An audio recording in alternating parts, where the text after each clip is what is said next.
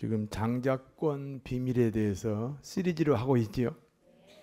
오늘이 세 번째입니다.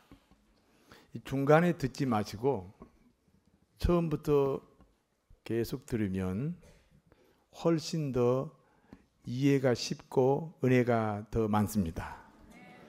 그리고 이 장자권에 대한 이 해석은 세계 어느 나라 가도 한국의 어느 교회에서도 이와 같이 성경을 푸는 곳은 없습니다. 여기 와야만, 저를 만나야만 들을 수 있는 그런 내용입니다. 교만이 아니고 그 성경을 보는 그 눈이 다르다. 성경은 양파와 같습니다. 양파는 이제 한꺼풀을 벗기면 알맹이에요? 또 껍질이에요? 그렇습니다. 그래서 이제 또 한꺼풀을 벗깁니다. 이제 알맹이가 나오려니 하고 벗겼는데 또 뭐예요? 또 껍질입니다. 하나님 말씀이 그렇게 양파 껍질을 벗기는 것처럼 똑같은 내용이지만 더 깊은 뜻이 또 숨어 있고 또 더 깊은 뜻이 숨어 있고, 그래서 제가 그 깊은 그 껍질을 벗겨서 오늘 여러분에게 말씀을 드립니다. 쌍둥이 형제가 있습니다. 형의 이름은 에서이고 동생의 이름은 야곱입니다. 장자권 복은 큰아들 에서가 받아야 됩니다. 그런데 둘째 아들 야곱이 받았습니다.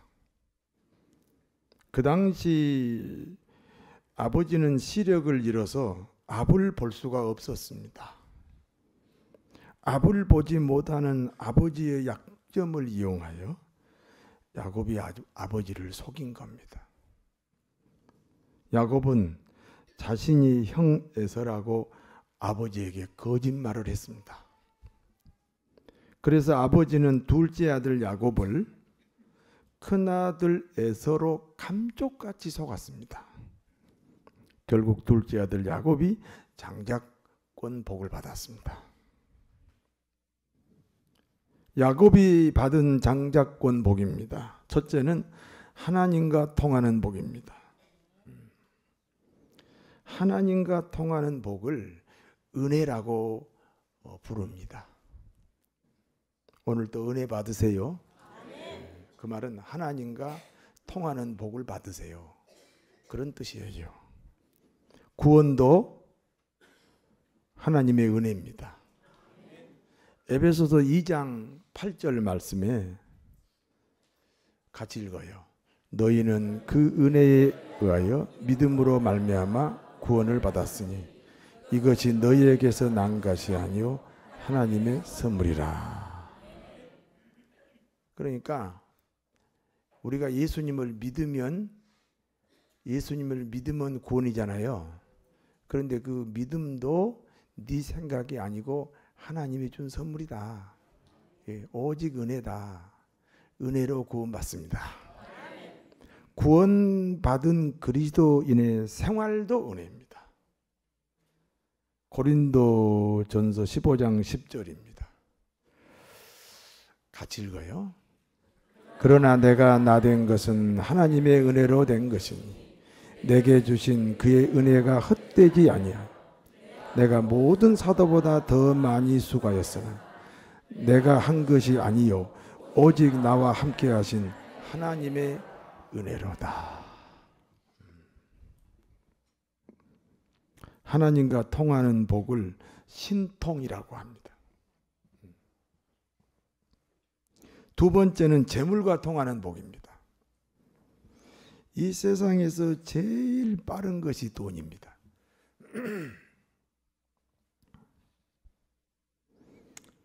이 세상에서 제일 빠른 것이 돈이라니까요. 돈이 빠르기 때문에 쫓아가면 잡지 못합니다. 그 빠른 돈이 나를 쫓아와야 됩니다.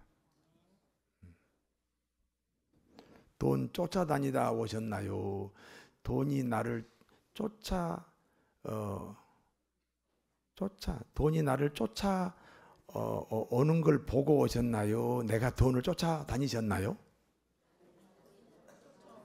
뭘 쫓아오긴 쫓아와. 희망사항이지, 희망사항. 죄송합니다.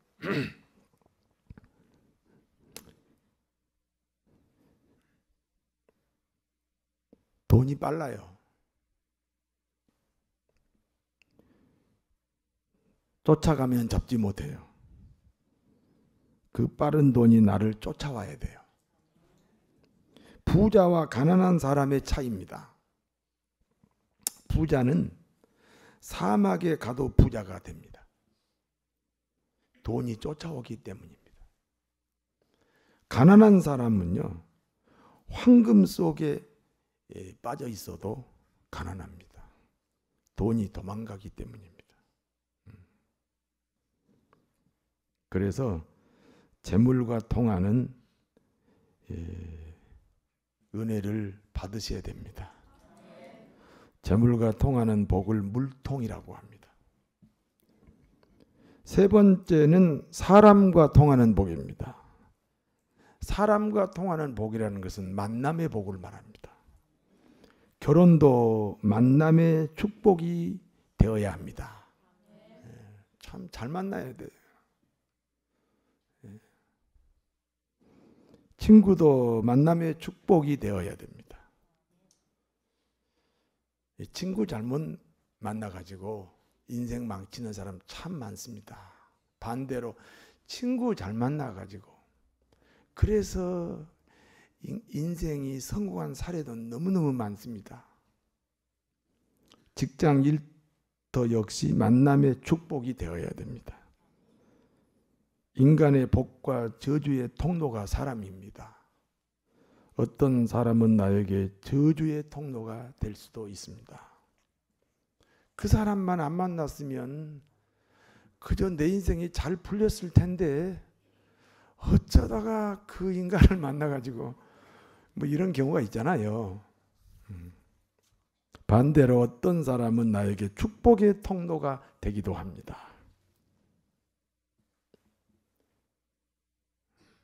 사람 잘 만나셔야 됩니다. 사람과 통하는 복을 인통이라고 합니다. 장작권자가 받은 복은 신통과 물통과 인통입니다. 문재인 대통령은 몇 통령입니까? 문재인 대통령이니까 몇 통령이요? 1통령이지. 장작권자는 몇 통령입니까? 3통령입니다. 그러므로 3통령인 장작권자가 1통령인 대통령보다 더 큰 복을 받은 사람입니다. 형에서는 동생 야곱에게 장작권을 빼앗겼지 않습니까? 형이 받아야 할 장작권을 동생 야곱이 압을 못 본 아버지의 약점을 이용해서 대신 받았잖아요. 그러므로 형에서는 동생 야곱을 미워합니다. 그래서 이런 계획을 세웠습니다. 아버지가 세상을 떠날 때가 가까웠다. 아버지가 세상을 떠나면 반드시 동생 야곱을 죽이리라. 큰아들 에서의 분노하는 소리를 어머니 리브가가 들었습니다. 이대로 두면 형이 동생을 죽이는 살인사건이 집안에서 일어난다. 어머니의 근심이고 어머니의 걱정입니다. 그러므로 어머니는 야곱을 불렀습니다. 야곱아, 너는 하란으로 가라. 하란은 어머니 리브가의 고향입니다. 하란은 어머니 리브가의 형제들이 살고 있습니다. 하란으로 가서 내 오라버니 라반을 찾아가라. 라반은 야곱에게 외삼촌이 됩니다. 형의 분노가 풀리면 다시 돌아오라. 그래서 야곱이 고향을 떠나서 하란으로 가게 됩니다. 여러분, 장자권자가 누구입니까? 저를 따라서 해보세요. 예수님을 구주로 고백한 사람들입니다.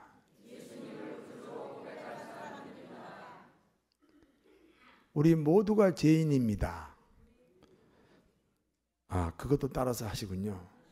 따라서 하지 마시고. 예수님을 구주로 고백한 사람이 장자권자예요. 우리 모두는 죄인입니다. 그리고 죄의 값은 사망입니다. 예수님이 내 죄값으로 내 죄값을 대신 치르기 위해서 십자가에 죽으셨습니다. 로마서 5장 8절 말씀입니다. 같이 읽어요. 우리가 아직 죄인 되었을 때 그리스도께서 우리를 위하여 죽으심으로 하나님께서 우리에 대한 자기의 사랑을 확증하셨느니라. 요한복음 1장 12절입니다. 영접하는 자 그 하나님의 자녀가 되는 권세를 주셨습니다. 여러분, 예수님을 마음에 영접하셨습니까? 그러면 저와 여러분이 장자권자입니다.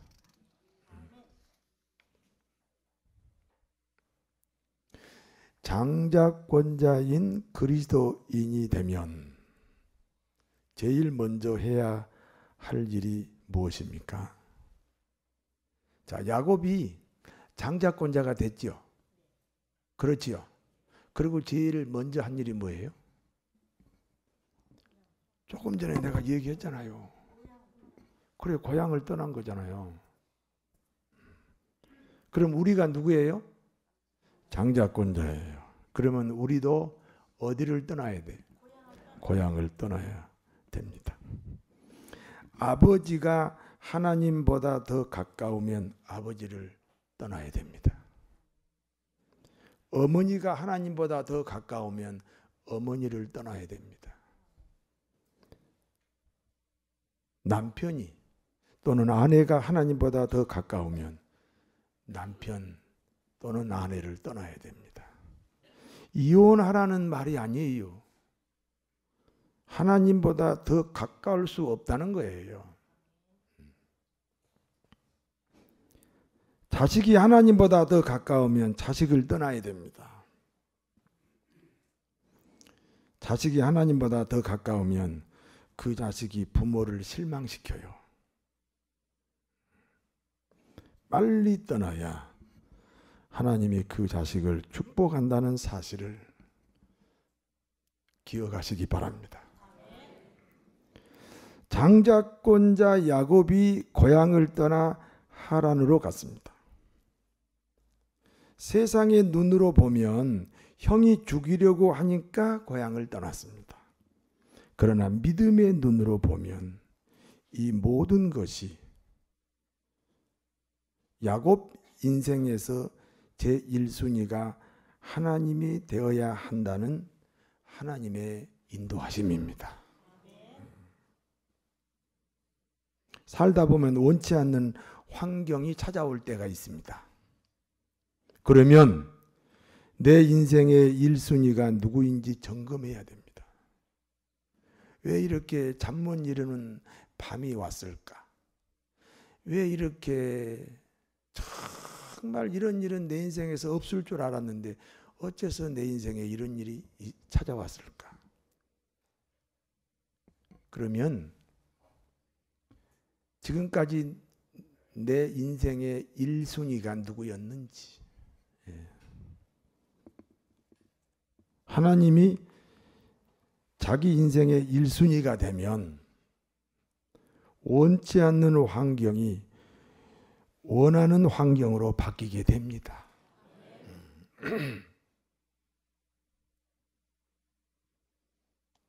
대개 보면 한국 사람들은 한 50대쯤 되면 그 한국의 여자들은 대개 남편을 되게 원망합니다.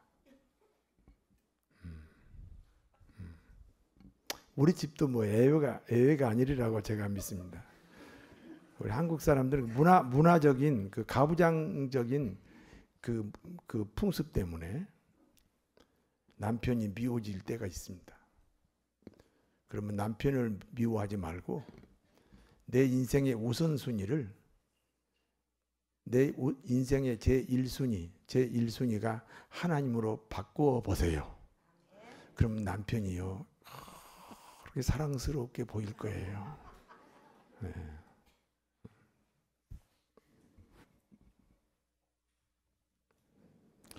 드디어 야곱이 외삼촌 라반의 집에 도착했습니다.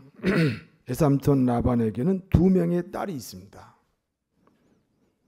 큰 딸 이름은 레아이고 둘째 딸 이름이 라헬입니다. 야곱은 둘째 딸 라헬에게 첫눈에 반했습니다. 여러분요, 부부가 사랑하기 때문에 결혼했잖아요. 근데 30년 동안 겪어보고 10년 동안 겪어보고 사랑이 생기는 거 아니에요. 사랑은 한 3초 정도에 생겨요. 3초 똑딱 똑딱 똑딱 하면 이게 뭔가 막 감성이 오고 가고 해가지고 그 3초 때문에 일생이 그렇게 되는 거예요. 그 야곱이 라헬 보자마자 첫눈에 반했다.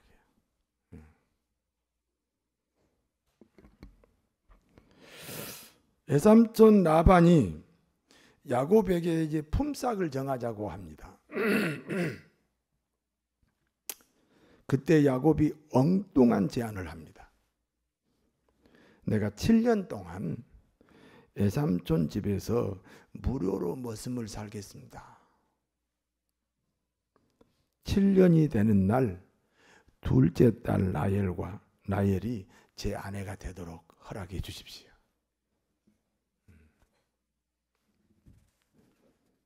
외삼촌 라반이 허락합니다. 외삼촌 라반이 손해볼 게 뭐 있어? 7년 동안이나 무료로 머슴 살아준다는데. 그래서 그러라고 그렇게 약속을 했습니다. 야곱은 라헬을 너무너무 사랑합니다. 그러므로 7년을 하루같이 살았습니다. 그 7년이라고 하는 그 머슴살이가 얼마나 힘들었겠어요. 그런데 그 모든 그 고통 그런 것이 라헬을 사랑하는 그 사랑으로 다 지워버려요. 그래서 7년을 하루같이 살았다.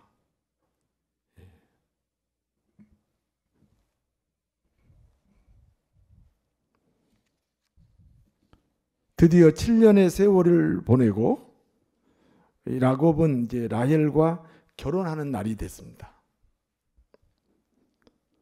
이스라엘은 저녁에 결혼식을 합니다. 신부는 면사포를 쓰기 때문에 얼굴을 볼 수가 없습니다. 첫날 밤입니다. 신부가 말합니다. 부끄러워요. 불 좀 꺼줘요. 그래서 결국은 얼굴을 못 보고 첫날 밤을 야곱이 보냈습니다. 아침에 보니까 라헬이 아니라 언니 레아입니다. 야곱이 너무 화가 났습니다. 그래서 외삼촌 라반을 찾아갔습니다. 외삼촌이 변명합니다. 우리 고장에서는 언니를 두고 동생을 시집 보내지 못한다. 우리 고장의 풍습 때문에 어쩔 수 없는 일이었다. 이렇게 변명을 합니다. 그래서 야곱이 다시 라반과 계약을 맺습니다. 앞으로 7년을 더 무료로 머슴을 살기로 하고, 그리고 7일 후에 라헬과 결혼했습니다. 7일 후에. 그냥 내가 말하면 맞는 거라니까. 앞으로 7년을 더 살기로 하고, 그리고 7일 후에 결혼식을 했다니까요. 꼭 7년이라고 그렇게 야곱을 서운하게 할 이유가 있어요? 7일 후에 7년을 더 머슴 살기로 약속을 하고, 그리고 결혼식은 며칠 후에? 7일 후에.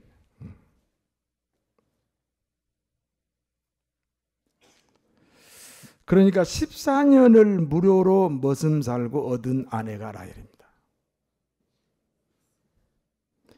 남자 여러분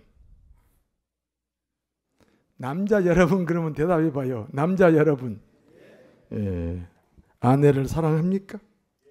사랑한다 그러세요. 집에 가서 혼날라고 그래.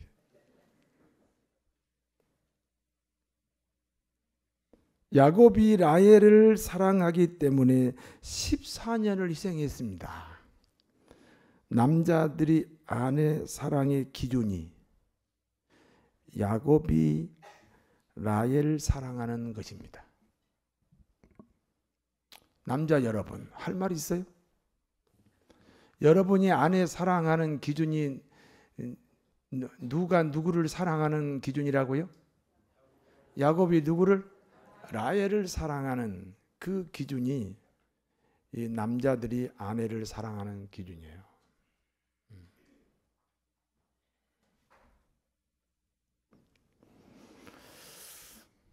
반대하는 남자 손 들어보세요. 남자는 그 희생을 해야 사랑이 생겨요. 하나님이 그렇게 창조했어요. 야곱이 14년을 희생하고 라헬을 아내로 맞이한 것은 다만 그 라헬을 사랑하기 때문이에요. 이런 부부의 아름다운 이 사랑이 여러분의 가정에 풍성해지기를 바랍니다. 이제는 진짜 품삯을 정해야 돼요. 14년을 애삼촌 라반이 야곱을 부려먹었는데 이제는 진짜 품삯을 정해야 돼요. 그런데 문제는 야곱이 애삼촌 라반을 믿을 수가 없잖아요. 그래서 야곱이 라반에게 말합니다. 내가 애삼촌의 양을 돌볼 때 그 양들이 새끼를 낳을 겁니다. 그 새끼 중에 색깔이 있는 양은 또는 색깔이 있는 염소는 야곱의 품삯이 되게 해달라는 것입니다. 여러분, 염소나 양이 색깔이 있잖아요. 그거 지워져요? 안 지워지니까 이제 이거 확실한 약속이다. 애삼촌 라반이 언제 또 변신할지 모르니까 그래서 색깔 있는 얼룩한 양이나 염소 또는 검은 양이나 염소 태어나면 그것을 내 품삯으로 해주세요. 라반이 허락했습니다. 라반은 야곱과 품삯을 정한 후 어떤 일을 했는지 아십니까? 얼룩한 양이나 염소. 다시 말해서 색깔 있는 양이나 염소는 3일길이 되도록 멀리 아들들이 키우는 목장으로 보내버립니다. 그러니까 하얀 양이나 하얀 염소를 키우라고 주면서 색깔 있는 양이나 염소, 얼룩한 양이나 염소가 태어나면 야곱 너 가져라 그 말이에요. 여러분, 흰 양하고 흰 양이 결혼하면 무슨 양이 태어납니까? 흰 양이 태어나죠. 흰 염소하고 흰 염소가 결혼하면 무슨 염소가 태어납니까? 흰 염소가 태어납니다. 그러니까 품삯을 안 주겠다는 거죠. 딸들을 이용해서 14년을 무료로 부려먹고, 그것도 모자라서 계속해서 착취하려는 악덕 기업주입니다. 야곱은 그와 같은 조건에서 양들을 키웠습니다. 야곱은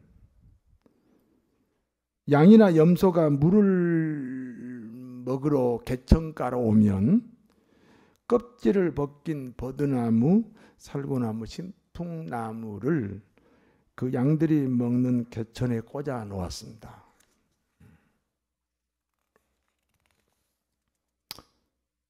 그런데 흰 양과 흰 양이 결혼해서 새끼를 낳거나 흰 염소와 흰 염소가 결혼해서 새끼를 낳으면 어쩌면 한결같이 색깔 있는 새끼가 태어납니다.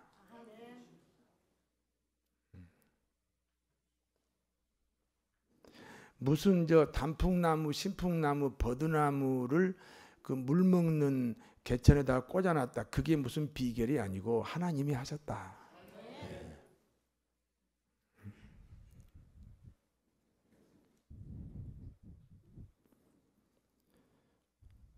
흰 양과 흰 양이 결혼해서 새끼를 낳거나 흰 염소와 흰 염소가 결혼해서 새끼를 낳으면 어쩌면 그렇게 색깔 있는 양이나 염소가 태어나요. 그러므로 태어나는 모든 양이나 염소가 야곱의 재산이 되었습니다. 야곱은 6년 세월에 큰 부자가 됩니다. 그러니까 라반의 그 아들들이 이렇게 말합니다. 우리 아버지의 소유를 다 빼앗아간다. 우리 아버지의 소유를 다 빼앗아간다. 실제로 도둑질한 건 없어요. 그런데 마치 도둑질한 것처럼 이 부자가 되는 거예요.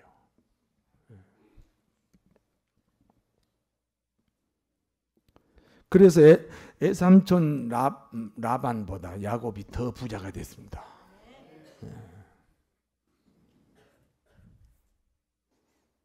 뭐 야곱이 부자 된 거에 대해서 반대하는 사람 없죠?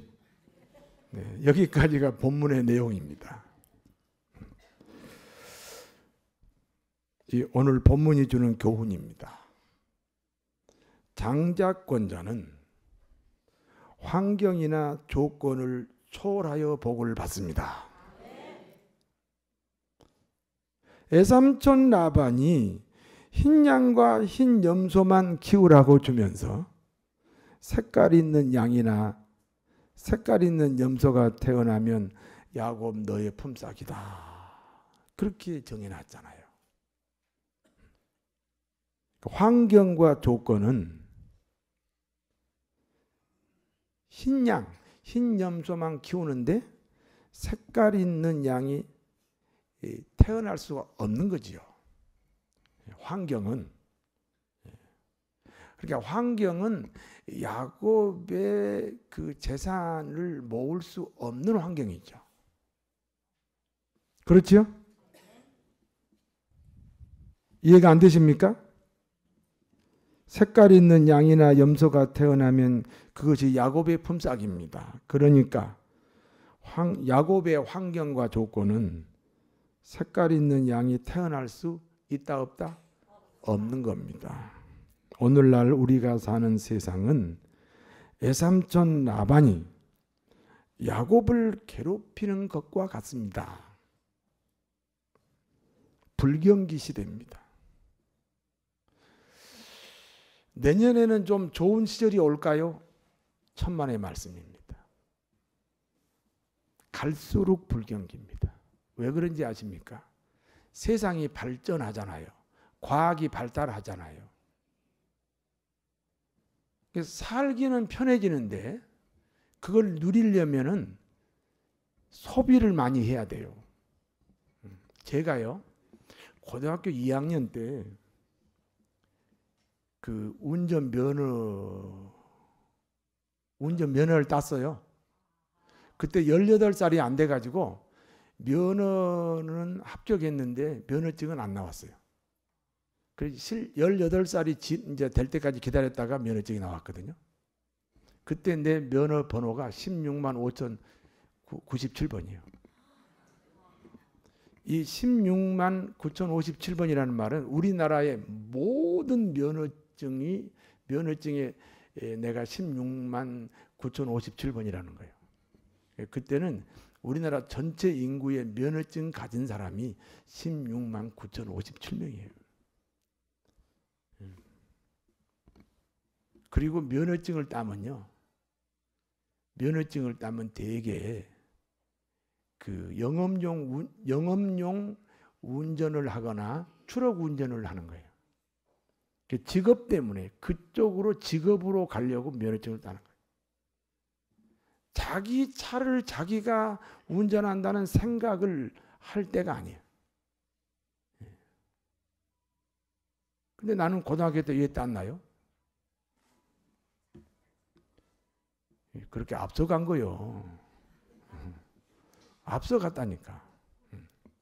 자, 보세요. 이제 지금은 다 자기 차 자기가 몰죠. 이게 이런 세상이 오리라는 거 아무도 몰랐어요. 근데 전부 다 자기 차 가지고 자기가 운전하니까 소비가 많이 돼야 안 돼요. 그런 식으로 이 문화를 누리기 위해서, 문화, 과학이 발달하니까 그걸 누리기 위해서 소비가 많이 되는 거예요. 요즘은 의뢰이 여름 휴가철이 되면 어디로 가요? 해외로 갑니다. 하다못해 제주도라도 갑니다. 거기도 해외니까.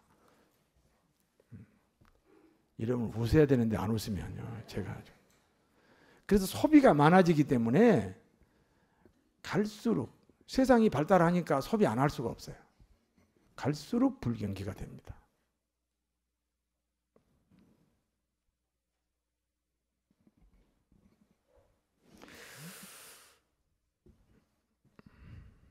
그래서 우리가 사는 시대를 무슨 시대? 불경기 시대라고 합니다. 그러나 야곱은 환경과 조건을 초월하여 복을 받습니다. 왜요? 장자권자이기 때문입니다. 예수 믿는 우리도 장자권자입니다. 그런데 우리는 야곱처럼 환경과 조건을 초월하여 복을 받고 있지 않습니다.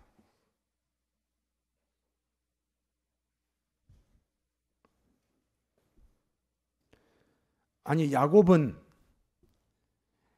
그 환경과 조건을 초월하여 복을 받았다니까요. 우리로 말하면 불경기에 부자가 됐다 그 말이요. 왜요? 장자권자니까. 그럼 우리도 예수 믿으니까 장자권자잖아요. 그런데 왜 우리는 환경과 조건을 초월하여 야곱처럼 복을 받고 있지는 않습니다. 이유가 뭡니까? 딱 한 가지 이유입니다. 아버지를 뛰어넘도록 장자권을 귀하게 여기고 있지 않습니다. 형님을 뛰어넘도록 장자권을 귀하게 여기고 있지 않습니다. 내가 소유한 장자권은 예수님의 목숨과 바꾼 것입니다. 그러므로 내가 소유한 이 장자권을 누구처럼 귀하게 여겨야 돼요? 예수님처럼 귀하게 여겨야 됩니다. 다시 말하면 환경 어떤 것보다, 부모님보다, 형제보다 내 인생의 가장 1순위, 가장 귀한 것이 장자권이 돼야 됩니다. 그게 야곱이잖아요. 아버지를 속이고 형님을 배신하는 것은 옳은 일이 아니에요. 그러나 그럴 수밖에 없을 만큼 장자권을 귀하게 여겼다.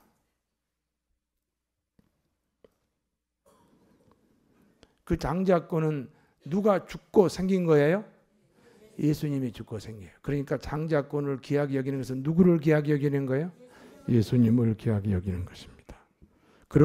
그리하면 환경과 조건을 초월하여 하나님의 복이 넘치게 됩니다. 우리가 장자권자인데 왜 장자권 복은 없느냐? 그 장자권을 우리가 어떻게 생각하고 살고 있느냐? 야곱처럼 아버지를 뛰어넘고 형님을 뛰어넘고 인륜과 천륜을 뛰어넘도록 귀하게 여기는가? 야곱처럼 하시면 여러분도 야곱처럼 축복을 받습니다. 예수 믿으면 장자권자입니다. 그 장자권을 내 인생의 1순위로 정하여 환경과 조건을 초월하여 복을 받으시기를 진심으로 축원합니다. 기도하겠습니다.